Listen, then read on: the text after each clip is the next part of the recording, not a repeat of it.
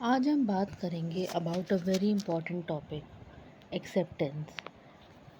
हम सब ने सुना होगा कि अपनी लाइफ की हर सिचुएशन को एक्सेप्ट करना चाहिए, पर क्या हम ये रियल में कर पाते हैं? शायद नहीं। इकार्ट टोले, जो कि बहुत फेमस माइंडफुलनेस टीचर हैं, वो भी इसी के बारे में बात करते हैं। वो कहते हैं कि हमें हर एक पल, हर एक मोमेंट को एक्सेप्ट करना चाहिए, चाहे वो हमें अच्छा लगे या ना लगे।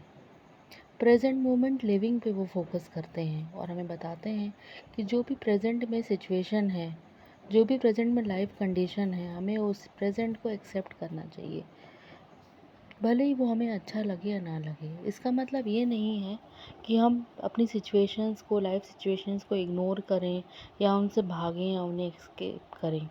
इसका मतलब है कि जो भी हम प्रेजेंट में कर रहे हैं उसको अपनी पूरी अवेयरनेस के साथ फोकस करें। फॉर एग्ज़ाम्पल, जैसे कि एक इंसान को बहुत ज़्यादा पैसे की प्रॉब्लम है, मनी रिलेटेड इश्यूज़ हैं, तो अगर वो हर समय इसी के बारे में सोच रहे हैं तो ये उनके पूरे हेल्थ पे, हर चीज़ पे इफ़ेक्ट करेगा और इसको सोचने से भी इनकी प्रॉब्लम सॉल्व नहीं होने वाली। इकार्ट टोले कहते हैं भले ही इंसान को कितनी भी प्रॉब्लम हो लाइफ में, लेकिन प्रेजेंट ऐसा मोमेंट है जिसमें कोई प्रॉब्लम नहीं होती।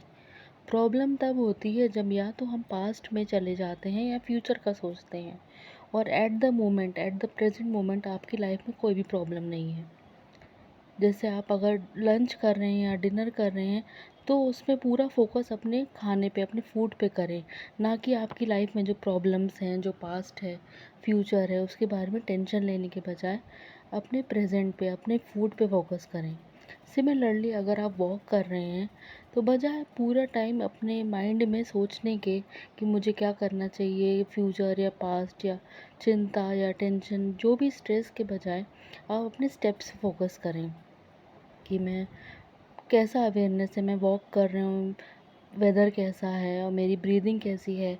इससे आपका अवेयरनेस आपके प्रेजेंट मोमेंट पे आ जाती है। तो इससे बहुत सारे बेनिफिट्स होंगे। एक तो हम अवेयरनेस में रहेंगे, जो कि एक इंसान का एक पर्पस है कि उसे अवेयरनेस में रहना चाहिए। हमें माइंड से नहीं फोकस करना चाहिए, हमें अवेयरनेस में रह के जीना चाहिए। माइंड हमारा हमें ट्रिगर करता है। माइंड, आपने सुना होगा, इसे कहते हैं मंकी माइंड। ये हमें या तो पास्ट में ले जाता है या तो फ्यूचर में ले जाता है, और ये प्रेजेंट में रहना पसंद नहीं करता।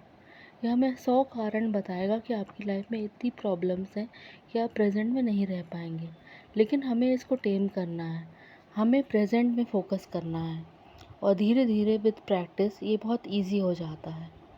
तो प्रेजेंट में रहने के कुछ तरीके जो आप एक्सेप्ट कर सकते हैं इस मोमेंट को, वो मैं आपको बता देती हूँ। एक तो है ब्रीदिंग। अगर आप सिंपल एक कॉन्शियस ब्रेथ लें, जैसे कि इकार्ट टोले भी कहते हैं, हर इंसान के पास इतना टाइम होता है कि वो 1 या 2 ब्रीथ कॉन्शियसली ले सकें, जब वो इनहेल और एक्सहेल कर लें विदाउट एनी थिंकिंग।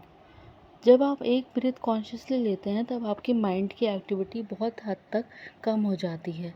बहुत हद तक जो चैटर बॉक्स, जो हमारा माइंड चैटर करता है, वो कम होने लगता है। इसी तरीके से आप पॉज लेके कई बार एक कॉन्शियस ब्रेथ ले सकते हैं।